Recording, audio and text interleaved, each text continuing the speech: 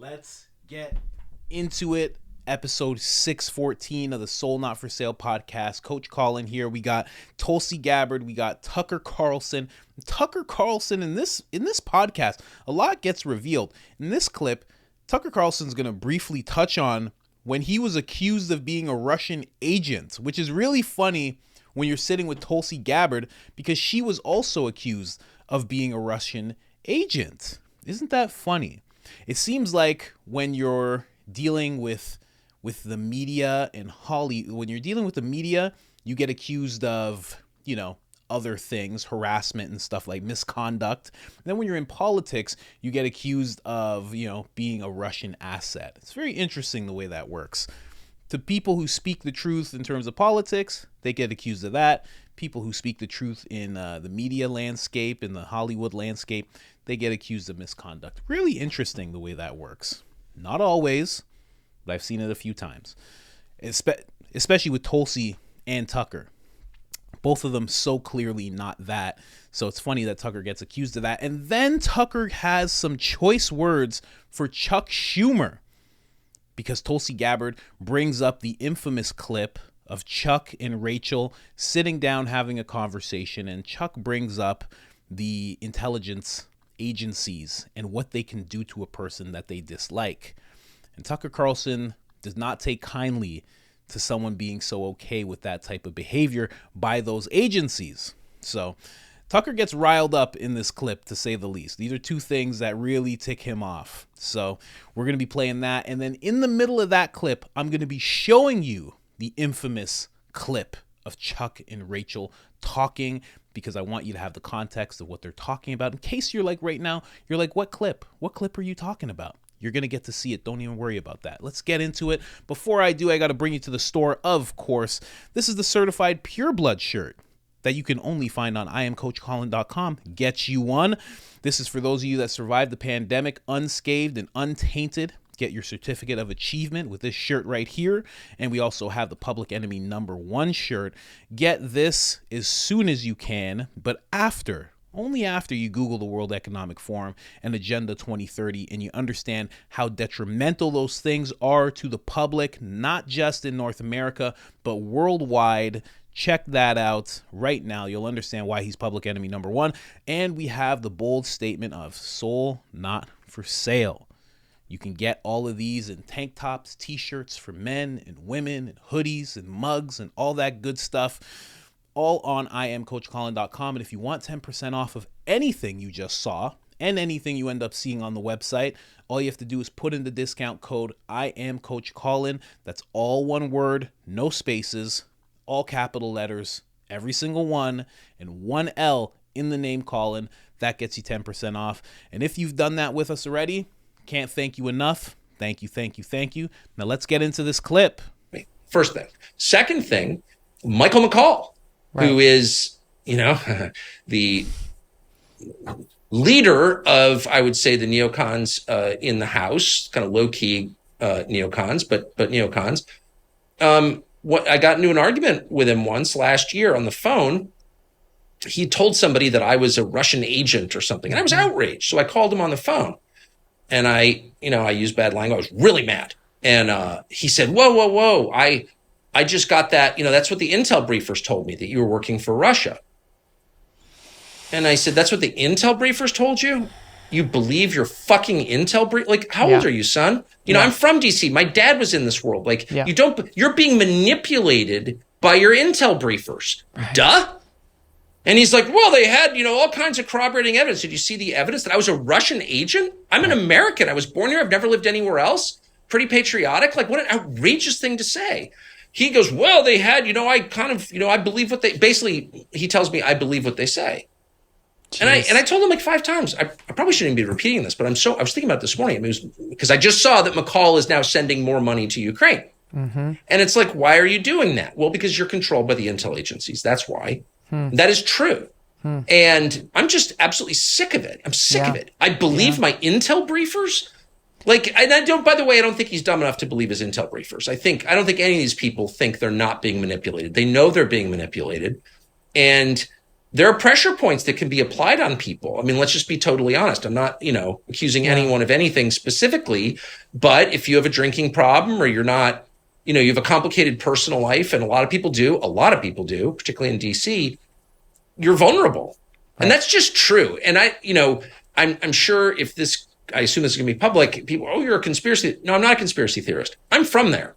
Right. And I know how this works. I spent, again, my whole life around it. So that's real.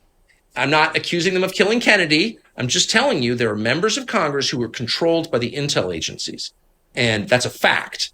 And I just think that that's completely incompatible with a free society or with a democracy. And I don't know why nobody ever says it. I think you just said why they never say it, right? Yeah, exactly. Chuck Schumer, I mean, that famous news clip where he said that quiet part out loud, right? Where, he was talking about, I think he was talking about Trump, wasn't he? Where he was saying, hey, he doesn't know who he's messing with when he's taking on the intelligence community. Let's get that clip right now. Let's switch up and watch the iconic clip. I'm telling you, save this clip, because eventually this gentleman's going to be like, I didn't say this. I never said anything like that. If you have seen this, I don't want to blindside you with this. This is the latest statement, latest tweet, as you were just saying, the president-elect's latest unsolicited pronouncement on the intelligence community. This was his tweet just a little while ago tonight. You see the scare quotes there. The intelligence briefing on so-called Russian hacking was delayed until Friday. Perhaps more time needed to build a case.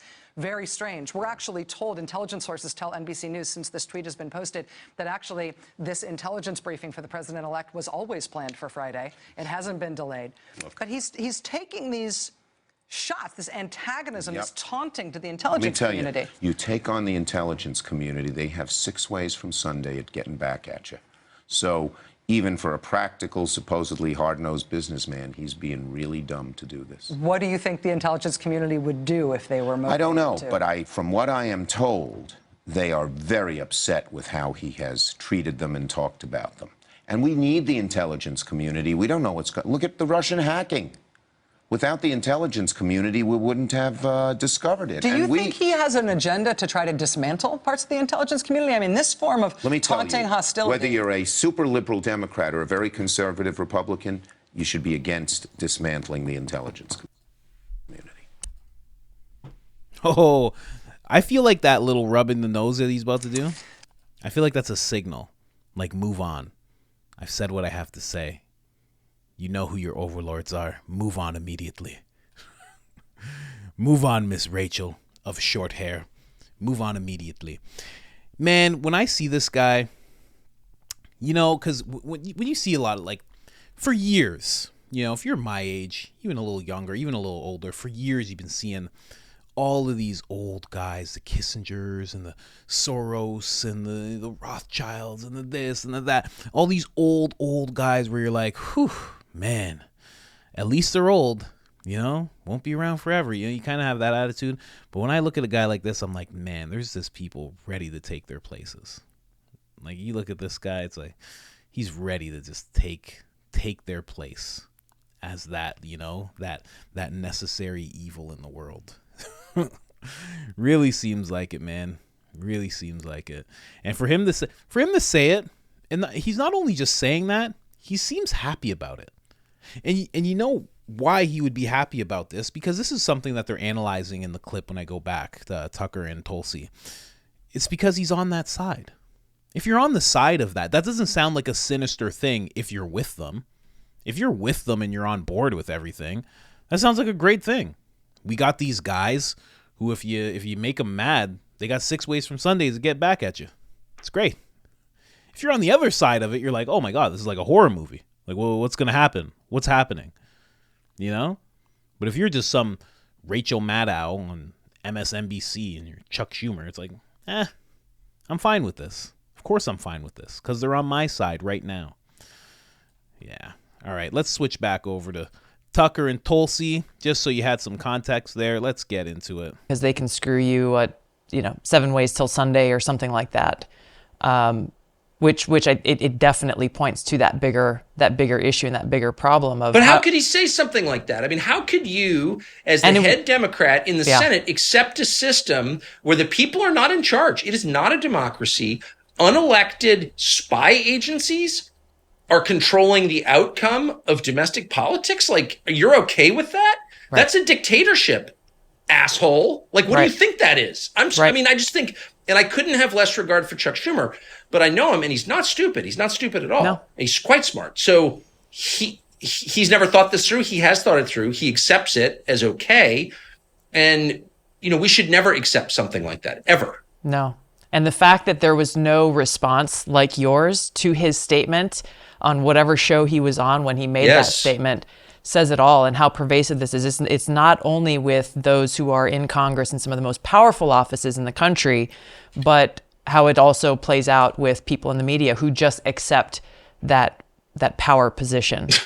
And then they lecture us about democracy. Democracy's at stake. Really? What is this democracy you speak of? What does it look like? Define that for me, if you would. What does it mean to have a democracy? My understanding was that representative democracy is a system in which the population gets to govern their own country through their representatives. Mm-hmm. You're describing a completely different system where they are disenfranchised and disempowered and then controlled by people who've never been elected by anybody. So that is, whatever you call that, that is the opposite of democracy. That is not democracy. So how dare you? May those words burn on your lips next time you lecture me about democracy. Exactly. That actually gets, I guess I'm too literal, but it just gets me spun up thinking about that. No, but you're speaking the truth about what is at the core, this underlying problem, and they're so careless in how in their actions and their rhetoric that shows they're either not thinking through what the consequences of their actions and words are and the impact that they have on our democracy and frankly on our national security, especially people like Chuck Schumer and Mike McCall and others. They're either not thinking through it or they really, really, really just don't care. Yes, I think it's the latter. I think it's the latter as well. That they're too busy thinking about themselves and how they can advance themselves and going back to this whole team sport and their own position or fame or thinking about how they're going to make money after they leave Congress than they are actually about the consequences of their decision. During Congress, how they'll make the money. That's what I see with every politician. They jump in, get rich, and then they jump out. If they jump out. Who's leaving? Who's leaving? I don't know. Who leaves? You see Mitch McConnell, you seen that other lady in a wheelchair? No one leaves. It's like the mafia. It's like once you're in, you're in. That's it. There's no leaving.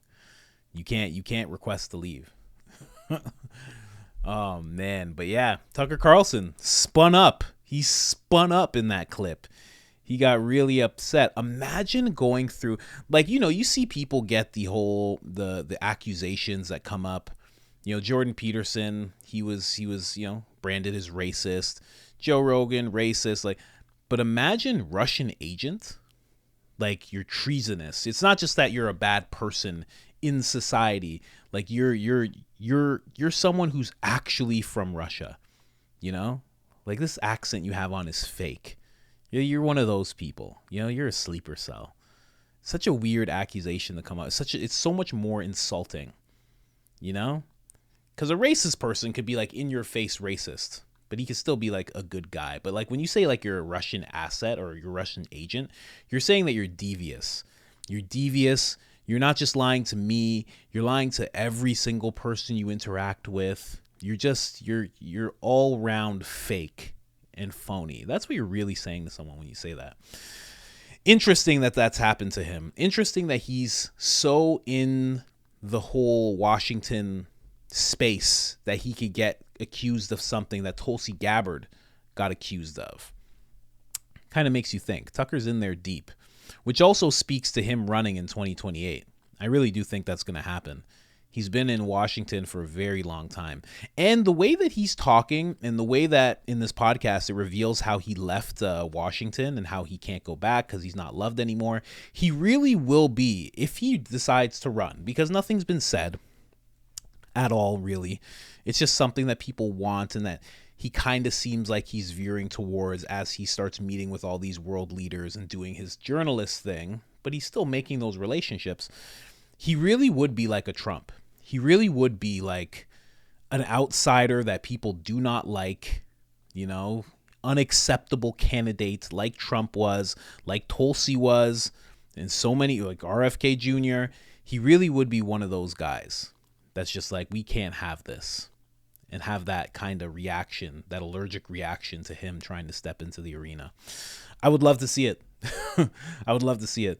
If to go, and I've said this before, to go from Trump 2024 to Tucker 2028, that brings the whole economy right back around. And again, I don't know what Tucker knows about policy or what he knows about bringing the economy around. I just feel like the U.S. steps right back into the ultimate superpower once again, like unequivocally.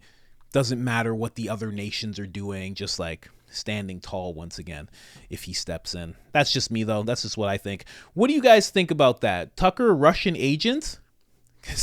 Come in, conspiracy theorists. Do you think he's a Russian agent? I just did an episode about him being in the CIA potentially, and that was a joke, but you know, I like to entertain thoughts. What do you think? You think that's possible? Judging by how mad he got, and that could be an act, of course, I would say he's not. I would say he's not working with Russia whatsoever. I would say if he was, he's not doing his job well. Because he's not penetrating enough spaces to be like a Russian agent. But what do I know about being a Russian agent, right? And then also the Chuck Schumer thing. I'll say it again. When I see that guy, I'm just like, ugh. Another one of those guys that's going to be around till he's 95 years old. And you're going to be like, why is he still in Congress? Like, what?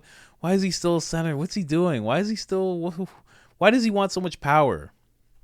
Never know. A guy like that might switch over to the CIA. If he's not already, like, you know, kind of in there, he might switch over to that. Can you imagine? Becomes director. Oh, gosh. Ugh.